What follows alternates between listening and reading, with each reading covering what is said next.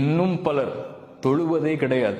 ரமதான் வந்தால்தான் அவர்களுக்கு தொழுகை, அல்லது அவர்களுக்கு ஏதாவது சிரமம் வந்தால்தான் அவர்களுக்கு தொழுகை, அல்லது ஜும்ஆ தான் அவர்களுக்கு தொழுகை. இவர்கள் காஃபிர்களா அல்லது பெரும்பாவிகளா என்று அவர்களை குறித்து நான் பேச வரவில்லை. இங்கே தொழுவதில் நேரத்தை தவறி தொழுபவர்களை அல்லாஹ் நேசிப்பதில்லை. நீங்கள் தொழுதாலும் அதனுடைய நேரத்தில் தொழுதால்தான் அல்லாஹ் நேசிக்கிறான். அந்த சமூகத்துடைய நிலைமையை யோசித்து பாருங்கள். நபிமார்கள் தொழுகை அதனுடைய நேரத்தில் தொழுதிருக்கிறார்கள்.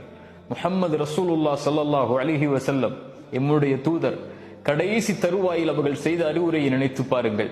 அஸ்ஸலா அஸ்ஸலா, தொழுகை தொழுகை என் சமூகமே என்று சொன்னார்கள்.